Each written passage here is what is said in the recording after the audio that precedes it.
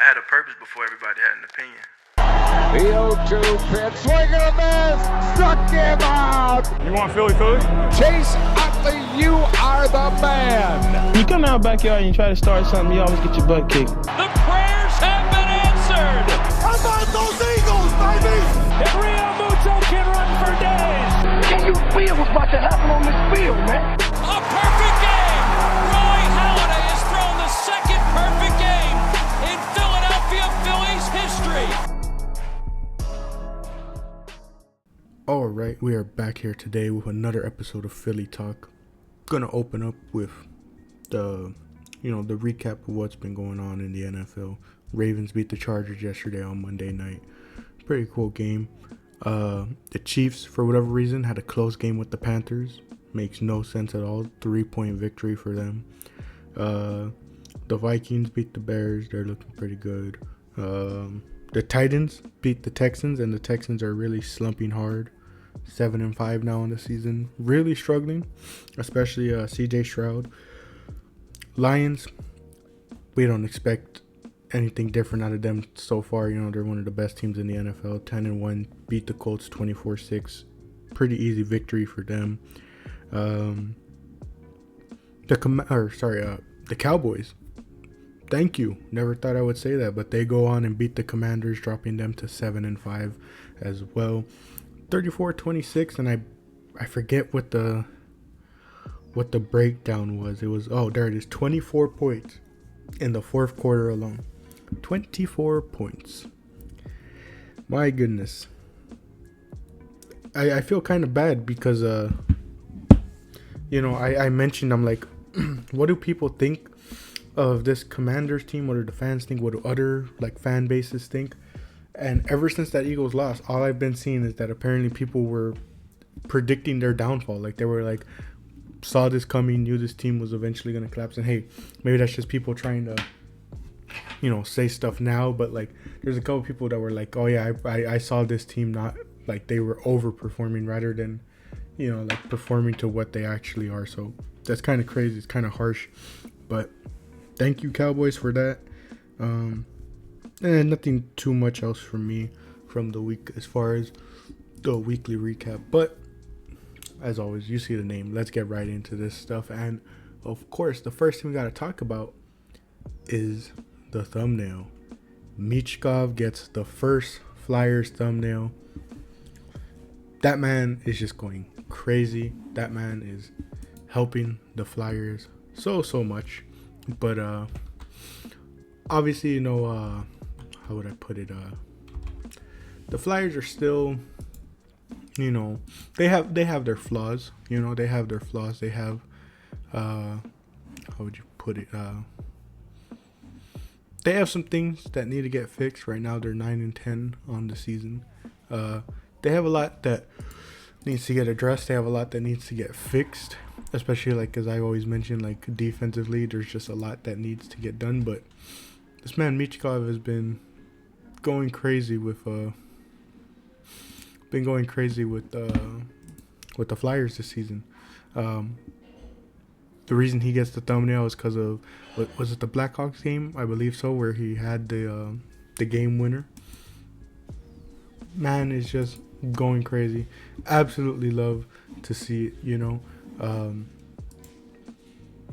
Nothing more I can say. This man has just been doing so well for us.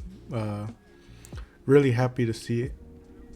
As you heard me at the start of the season say, I also really can't wait for Luchenko to come back up. But they're both very young, so as always with younger players, you don't want to stunt any development. But between those two, Quinyon Mitchell, Cooper DeJean, Jared McCain, obviously Tyrese Maxey's still very young. A lot of the players on the Eagles are very young. The city of Philadelphia has more to look forward to than ever with all these young players, the Phillies as well, but we're kind of, the reason I'm not bringing up some of the Phillies is just because you kind of have to wait a bit longer for prospects to make it, especially due to the age of some of those prospects. We always talk about Aiden Miller, but just 20, probably more than likely 2 years out from, making his debut, if I would say so myself, So it's kind of harder to throw any Philly names in. And, it's kind of hard to throw in some of the guys that we have on the roster when they're not necessarily in the same age group, I would say, because like I mentioned, Tyrese Maxey is still pretty young. He is only 24, Quinyon Mitchell is, I forget how old is it, 23. Cooper DeJean, I think, is around the same age, 21, so even younger. Michkov is even younger at 19. Luchenko was, Jet Luchenko. How old was he again? 18. Yeah, he's 18. Trying to see, I was trying to see like his birthday to see. Oh, so yeah, he just barely turned 18 in August. Who else did I mention? Oh, Jared McCain. Still very young. But you compare the Phillies players, and again because of how Jared McCain 20, but you compare it like a young guy on the Phillies roster, you would say is Bryson Stott, and he's 27. So it's kind of harder to mention the young players when it's like they're definitely in baseball. A lot of the rookies tend to be older, mainly due to how long it takes for prospects to get called up. But that doesn't mean we don't have any. Obviously, Crawford, Miller, Painter. Oh, that's the one I can throw out there is Painter, because Painter, I mean, people are already talking about him coming up this upcoming season, so that's one to look out for. For the Phillies. But yeah, like I said, the city of Philadelphia just has more to look forward to than ever with all these young guys on our teams. A lot more hope than, previous years where it's just like, man, you think back to the drought years of the Phillies and you were like, not a young prospect in sight to be excited about until Nola and Reese came along. And then other prospects, just didn't pan out, like Mickey Moniak. Who else can? The Eagles, for the longest time, had like really old rosters, especially after the Super Bowl. They had really old rosters, and a lot of the rookies they were drafting just weren't panning out well, So a lot more to look forward to, like I said. And, building on that, going towards the Phillies, there's still not much news other than the big one we've been seeing is that it's obviously the Red Sox are a big name in the mix for Garrett Crochet as well, which I think that might happen more than us. But, there are rumors that we're looking into Garrett Crochet and that Crawford and Bohm are being like the rumored pieces involved in it. One of the trades I've seen proposed that my friend, Oscar, who's been on the channel before, and I discussed about like how it just kind of seems like a really well put trade for 3 teams, because it's a 3-team trade. It involves the Phillies getting Garrett Crochet, the Mariners getting Alec Bohm, and then the White Sox getting in return for Garrett Crochet, Justin Crawford, or is it Justin Crawford? Yeah, Crawford, Burkholder, DeMartini, Locklear, and Arroyo. And so basically, the Mariners are getting Bohm, and instead of us getting the prospects back for Bohm, the Sox are getting the prospects, because we're also sending prospects to them to get Crochet. The Sox get 5, prospects to add to their farm. Mariners get Bohm, who, the Mariners really need, help on the offensive side of things. Bohm can really help them out there, and we get Crochet to make that rotation even better, And again, that opens the door. If you trade for a Crochet for either him or Ranger, really, you can decide between the two of who do you want to either, like, do you want that to be the 5-man rotation, or like I said, it opens the door to, like, if Ranger kind of continues to struggle like we saw post injury last season, you could send him back to the bullpen and in a like spot starter role like how he used to be, especially in the 2022 season. He was very much, a spot starter, and, coming out the bullpen, was even a closer. He closed out the Padres game. So it's a very interesting trade. I don't know necessarily what Mariner fans and White Sox fans would think of that. Y'all let me know. I just think it's kind of an interesting 3-team trade idea. But I don't know. There's just something that makes me feel like if anyone's going to get Crochet, it's probably going to be the Red Sox. But I don't know. I think the Red Sox, it's kind of just a thing where even their fans are like, believe it when they see it, because it's kind of like the same thing as like the Giants, where they're just like, they always say that they're going to, go and spend big in free agency. They're going to go make big moves, and then they don't really do it, but the Red Sox kind of seem like they really want to make some changes. They really want to add some pieces, whether it be Garrett, Crochet, whether it be Teoscar Hernandez, or being in the Juan Soto bidding, and of course they got a really good farm system.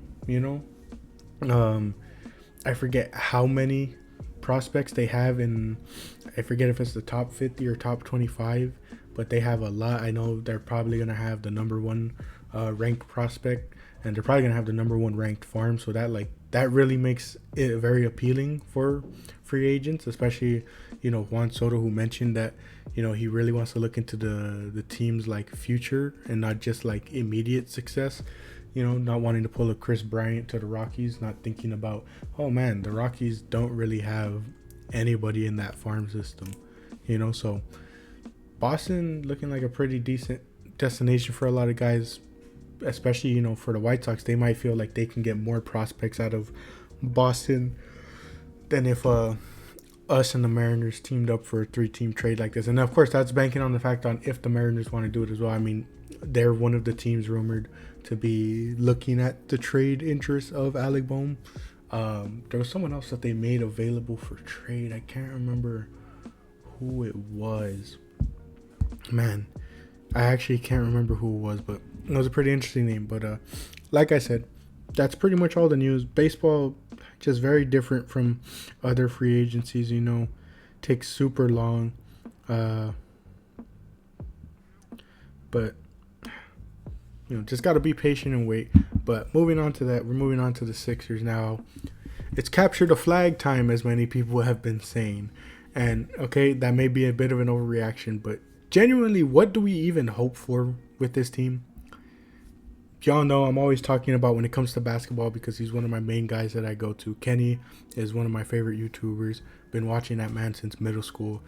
And he recently did a video on the Sixers, and in it, he was talking about the whole thought process of the free agency. And he was saying that, knowing Embiid wasn't going to be playing back-to-backs, the Sixers go out to sign PG to be that guy who plays those games when, Embiid's not playing, and keep the Sixers afloat for when, Embiid is back. That line of reasoning is why I was so skeptical and even borderline against the signing of Paul George. You are asking / relying on Paul George to stay healthy, the man who hasn't played anywhere close to a full season aside from last year where he played 77 games, but before that, 56, 31, 54. That is the guy you want to rely upon when Embiid isn't healthy enough to play. This isn't even me just trying to because obviously I don't remember talking too much about the Sixers before, until I decided I wanted to open up Philly Talk to the 4 sports. But I can literally, if I want to, show you screenshots of my messages with my friend Ricky, who's a Clippers fan. So he has experience with Paul George. He desperately, as much as, they gave him some fun moments, he desperately just always just is annoyed and, hates the fact that the Clippers gave up as much as they did to get him, because it didn't work out. The experiment didn't work out. And when he was sending me all that stuff when free agency was happening, I was like, dude, I just don't see how this Paul George move works out. Paul George is 34 years old. How does this in any way help this team out again? Because you're relying on him to stay healthy. Paul George, who, as I mentioned, the amount of games other than last year, he finally got to play a majority of games. Before that, he wasn't. He was struggling to play healthy. And, bringing this all up because he got injured again. Now, right now, he's listed day to day, so it might not be as bad, but he's missed the last 2-3 games. He got injured, the last 2 games. He got injured in, man, what game was that? I forgot, but, it looked pretty bad. Not pretty bad, but, it's caused him to miss a couple games. He's day to day so far right now, and it's just like, in what mindset did you think that Paul George was going to be the guy that you sign to be there when Embiid isn't? Like, it just doesn't make sense to me that that's who you're looking at to be the guy who is like playing those games when Embiid isn't there. It's like, it doesn't make sense, that line of thinking to me. Like, I get like that was what they had in mind before signing, but it's just like it just goes to show like no level of thought went into that, because it's just like, why? I just don't understand the mindset. And, it just ties into the fact that like the Sixers are probably most definitely the most frustrating of the 4 teams in Philadelphia right now, and they've been that for probably the longest time. Like, definitely the most frustrating in my lifetime. It's to the point where I'm telling people I don't know if I'll ever see this team win a championship in my lifespan. It's like they just have been the most frustrating team to watch. At least I got to watch the Phillies in 08. At least I got to watch the Eagles in the 2017-18 season. Flyers obviously haven't done anything in my lifetime, but right now they have a promising future if they can continue to build upon that. And it's just, now y'all see why I didn't want to cover basketball for so long. The Sixers just frustrate me so much more than any of the other Philadelphia teams. Like, I am football first. The Eagles are who I ride and die by more than any of the other teams.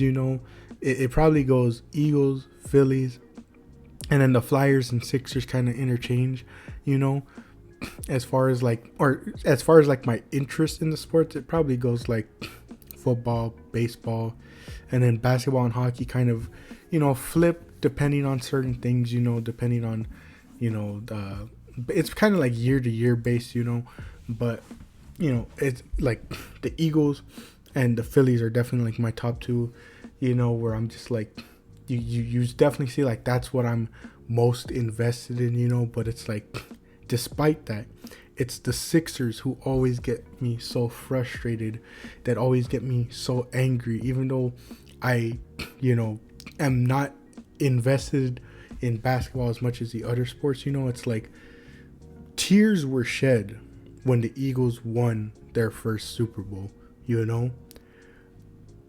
I can't describe to you the amount of joy I had when the Phillies finally ended the drought and got back into the playoffs and finally put a competitive baseball team on the court, And I've talked about it in the past. I can't describe to you the amount of pain I've gone through with multiple Eagle seasons, with the years of the drought, with the collapses from those Phillies teams, like especially in I always mention 2021 because it just annoys me so much that they did that at the end of the year.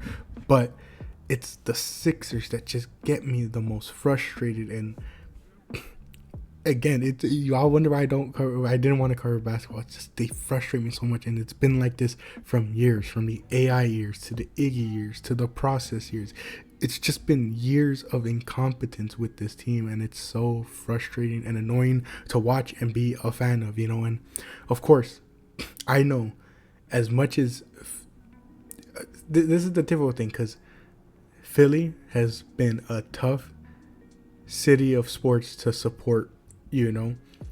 People will obviously throw in the fact that like, oh well, at least your teams have success, which is true. Because look at the Lions in football. Look at you can't really say Detroit in basketball because they at least had the 80s and the one in 2004, but obviously since then they haven't done much. But like, I'm thinking of teams that like have never won a ring, so probably like the Pacers in basketball.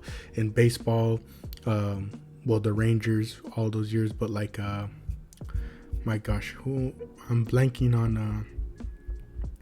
I'm blanking on the team in baseball that's like never won a ring, but like basically it's like there's always a worse situation, but I think the issue with, or like the big thing that like adds to this whole like suffering of being a Philadelphia sports fan is that they are always amongst like the oldest franchises, in each of their sports. Like the Eagles are, pretty old.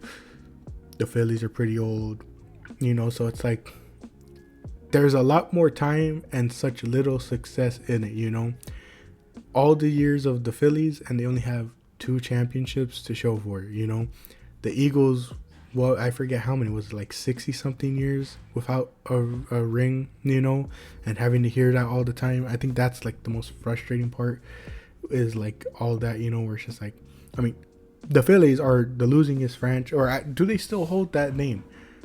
Because I know for the longest time, and I've mentioned it before, the Phillies are the losingest franchise in MLB history, I believe. Yeah, they had 16 consecutive losing seasons. Trying to see, I think, but I'm trying to see. Because of their recent success, I wonder, if they still hold that name. Because for the longest time, they used to, and so like that's what I would like tell people. It was like, yeah, I got to see them win a ring in 2008, but they were pretty bad, Oh yeah, they still very much hold the record with 11,326 losses to their 10,207 wins, giving them a win percentage below 500, and that's making them. There's a couple of other teams with, below 500 records, but they have that many because they're a really old franchise, so it's like, I think that sets a precedent, is that it's like they're always very old, so there's a lot more losing involved in that, and again, all those games, all those wins and losses, and again, they only have 2 rings to show for it, but again, it could always be worse, right? You could always be a fan of a franchise that has no wins, no like championships is what I meant, but kind of drifting off. But yeah, the Sixers, very frustrating to watch, very frustrating, and it's been like this for years. Like I can go back to 2022 where I was talking about, the Eagles, Phillies, and Sixers, and I was like, the Phillies are good. The Eagles have a very optimistic future, because this was the right before the 2022 season where they go on the Super Bowl run, and I was super optimistic for that team. Like I was just like so excited for that team. I was like, there's so much to look forward to with this team. They traded for AJ Brown. They had a really good draft class, and it's been like that for the past couple of years. They've had some really good draft classes. The Sixers, we talked about at the very beginning that, like, there's a lot to look forward to with them, and it's just like, I called the Sixers, I played on the whole good, bad, and ugly thing. I was like, the Phillies are good, the Eagles are very optimistic, and the Sixers are downright ugly, because I just don't know what the future of this team is. It's to the point where so many people are proposing that we just like hit a soft reset, in the sense of they're just like, I don't know what you do with PG. No one's going to want to take on that contract, but people have been talking about wanting to trade Embiid, like being like, let's just trade Embiid, get what we can for him, build around McCain and Maxey. And it's just kind of crazy. The craziest thing I saw was because some report came out where they were like, Joel Embiid actually wanted Jimmy Butler over Paul George, which, I don't really believe that report, because, I mean, we literally saw Embiid campaigning for PG to come to Philly, but it was like, in replies to all those rumors, I saw people being like, we should trade Embiid for Bam, Hero, and like a first round pick to the Heat. And I'm just like, there's no way you think that's what's going to help this team. But I don't know, like, that just kind of goes to show the state of the Sixers right now, is that like people are just, there's literally no hope to cling on, and people are just very, very confused as to what to even make of this team. Do they genuinely tank? Do they, still believe they have a shot? Obviously, it's very early in the season. Things can change, but it's like, when do Embiid's typical injuries come into play? Is Paul George going to be able to stay healthy? Very just frustrating season to watch. And obviously, you can't be good enough, you can't be, like, the Sixers don't want to be bad enough that they miss. No, sorry. What I'm trying to say is they need to do good enough that the Thunder don't get their pick. Because remember, I brought that up. The Thunder own their pick. So it's like, even if, like, you just want to make sure that they don't get a good pick out of you, But so it's like, I don't know. People think tanking is unrealistic with this team. I think it all depends on injuries. And I don't know. It's just been a frustrating team to watch overall. But let's move on to happier notes, especially because I just realized I've been ranting for so long. We're at 25 minutes in this recording. How about that Sunday night football game? The Eagles started a bit slow, especially on the defensive side. They had an early fumble, which was great to see. And for once, I actually loved the fire from Sirianni when they almost missed his challenge flag. He was really laying into them. They almost got away with it, but he threw that challenge flag out just in time, and they almost missed it because the refs weren't paying attention. It wasn't until he got in his face and they went to the cameras and they were like, oh, he did throw the challenge flag. But from that first quarter onward, I think they did a really good job of holding this Rams team down while they, kept it going on the offensive side, and that's always what I've wanted to see out of this team. Not happy with all the penalties, though. Kind of need to be more disciplined, especially next week where those mistakes can cost them. But you get a pretty efficient day from Jalen Hurts. AJ was pretty much the entire passing game. Don't like some of the play calls, like that shovel pass to Goddard on the goal line. What even was that? I don't know what they were doing with some of those play calls. Defense showed out in the final 3 quarters, though, specifically the line and linebacking core. 2 sacks for Milton Williams, as well as the forced fumble. A sack, 2 TFLs, and 8 tackles for Nakobe Dean. A sack for Josh Sweat. A sack for Brandon Graham, who sadly is going to miss the rest of the season after tearing his tricep. LA is cursed for us, man. Just such a cursed place for us to play in. But yes, sucks to lose BG in what was his retirement season. But with how well he's playing, does he come back for another season? Question mark. But, just very sad that he has to miss the rest of the season, man. He tore his tricep, he admitted. Just sucks. But, you just got to continue pushing on. Next man up, as, that was the mentality in that Super Bowl run, was next man up. Someone has to come in, maybe, hopefully, either Nolan Smith can, fill that spot, or Bryce Huff can start coming into his own as he gets more playing time now with Brandon Graham being out. Definitely one of the bad games for the secondary, though. I haven't gotten a full breakdown yet, like the whole PFF thing and people who are able to get like the advanced stats, but it seems like Q wasn't, or like isn't really being credited as giving up some of the yards, and he isn't being credited for that Cooper Kupp touchdown that was late in the game. I wonder if that's because they were playing like zone, or like maybe they're crediting that touchdown to the safety. I don't know for sure, but from what I've seen so far, it looks like they aren't giving the credit to Mitchell for giving up some of those yardages and that touchdown. Like, I think I saw that they said 3 for 27 is what his stat line was. I don't know for sure. It's always difficult to find those advanced stats. But DeJean and Rodgers and, Slay a couple times, they definitely struggled a bit with Puka. He got the best of that side of the defense, especially because, that's the biggest thing that people kind of don't realize with this Eagles defense, especially the secondary, is they don't really travel a lot, Q kind of stays on his side. DeJean stays in his spot. Rodgers, Slay, they don't really travel with a receiver. If there's motion, it just means someone else has to pick them up.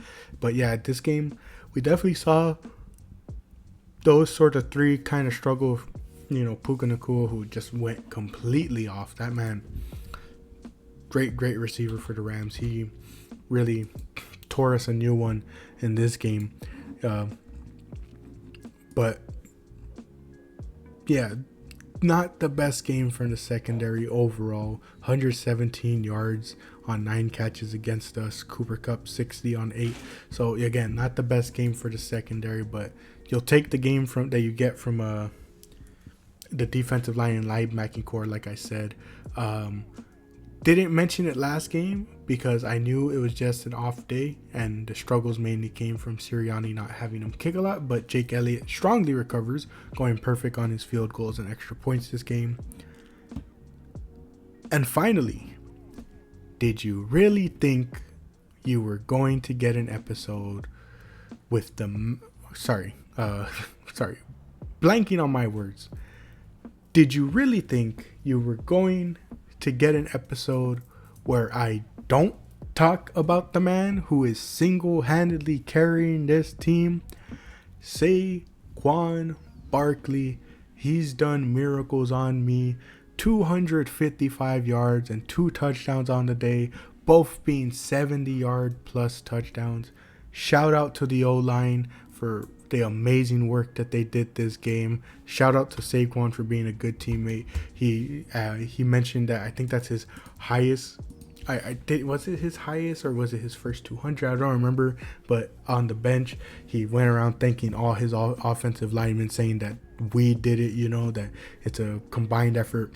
The offensive linemen, always the unsung heroes of football, especially what they have to go through. Along with that, 41 yards in the passing game as well, thanks to a huge 31-yard catch and run. Got to shout out Gainwell getting a touchdown after Saquon gets taken out as well. And Saquon just being so happy for his teammate again, being a perfect teammate. On one of his, I think it was the second 70-yard rush, Jalen Hurts couldn't even hide his smile, Just phenomenal stuff from, Saquon.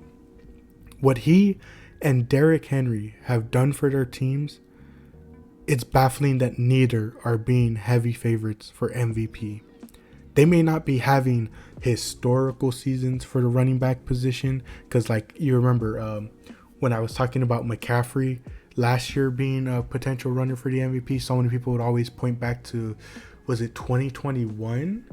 Where Derrick Henry had an insane season. They were like, if they didn't give it to Derrick Henry for that historic season, they should never give it to a running back because, other running back seasons don't live up to that, which I'm pulling that back to the point. Yeah, they may not be having historical seasons for the running back position, but you would be lying straight through your teeth if you were to say that they have not completely changed the dynamics of their team's offenses.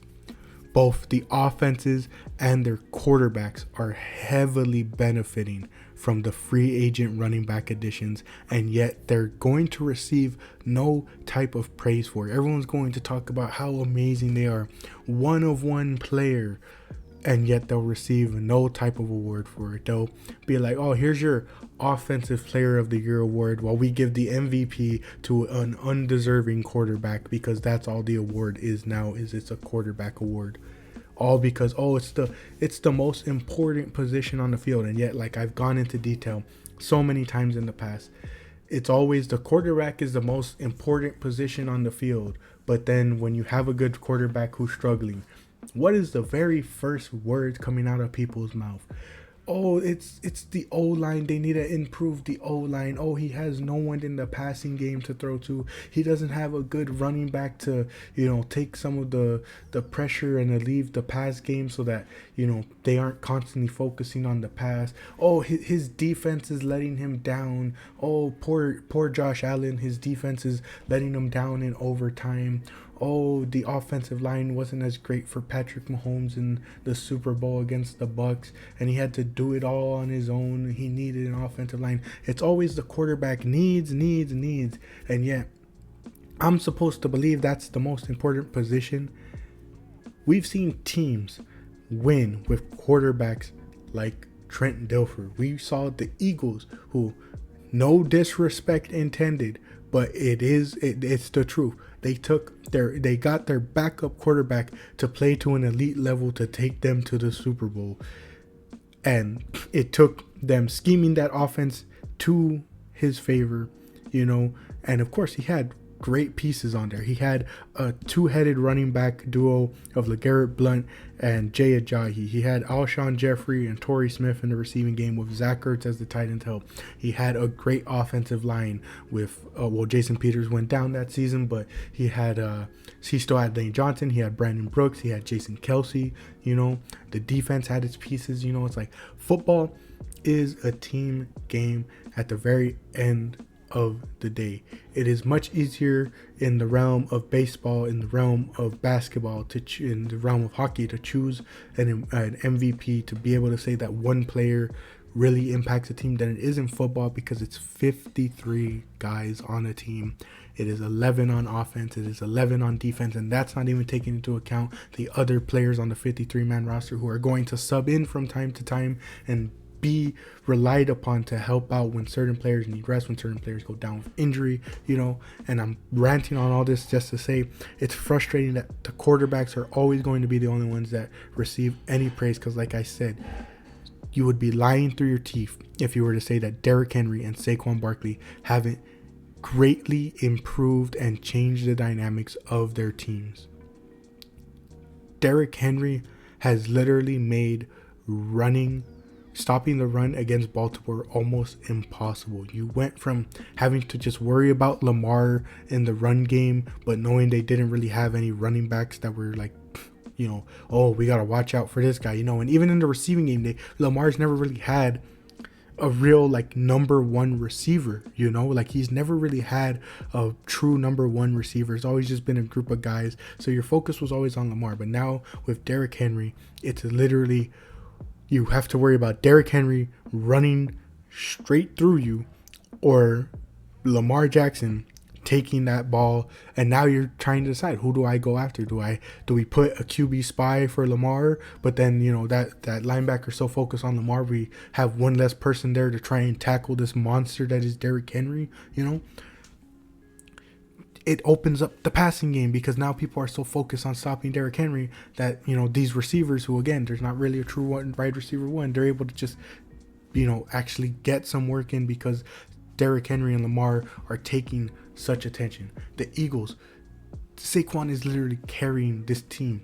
Like I said, AJ was the entire passing game this entire game. Other than that, I said it. Jalen Hurts had an efficient game because he didn't need to throw much. He didn't need to do much because it was just handing the ball off to Saquon and doing what they needed to do. If the Rams don't get that touchdown that they did in the third quarter, I forgot what it made the score, but I told my dad, I was like, after that first 70-yard touchdown, I guarantee, because we've seen it in previous games, they were probably going to sit Saquon. But the moment that the Rams got that other touchdown, they probably were like, get Saquon back in. They just scored. We need to put this game out of reach. So what happens? Saquon goes in, gets another 70-yard touchdown. It's helping them in the passing game with that 31-yard catch and run. It's like he has literally transformed this Eagles offense, and yet he's not going to get consideration for any of it. Him and Derrick Henry are not going to get considered because, they're not having historic seasons at the running back position. Yeah, they may not be having historic seasons statistically, but what they are doing for their teams should not be downplayed, should not be forgotten. They have quite literally changed their teams. And if either team, this isn't me predicting, and trying to say that trying to predict things shortly, but if either team were to win the Super Bowl, how do you not give the credit to these two free agent running back acquisitions who literally changed their teams? Saquon has literally breathed new life into this offense. Derrick Henry has drastically helped out Lamar, who finally gets a star to help him out on the offense. It's like it frustrates me that we have just become this football society that just has to constantly believe that the quarterback needs the MVP and that everyone else can get the Offensive Player of the Year award. It's frustrating to see so many seasons get passed on and, eventually will get forgotten because they didn't get the MVP to really showcase that, you know. And it's like I said, yeah, not historic seasons and all that, but what they're doing, it has to be appreciated. I will always give them my flowers, you know. I will always believe that the MVP award needs, you know, retooling, restructuring, but it's obviously never going to happen. Everyone's always going to believe that the quarterback is the most important player because how many, you know, we've seen it so many times. A quarterback comes in and changes the team. I mean, we literally saw it last season when CJ Stroud literally changed the Texans around. But, you know, as far as me, I'm not going to downplay it, man. Saquon and Derrick Henry are the MVPs of their teams. They have literally just done such crazy impact for their teams, you know. It's just, I don't know. I just can't say enough, you know. They are two people who should just be leading the MVP categories. They have done just miraculous work for their teams, but they'll never get the credit for it. And with that, closing out the episode, thank you all for joining for another episode. And no matter what, man, no matter what the outcome is, next week's game, it's going to be fun, and I am very excited.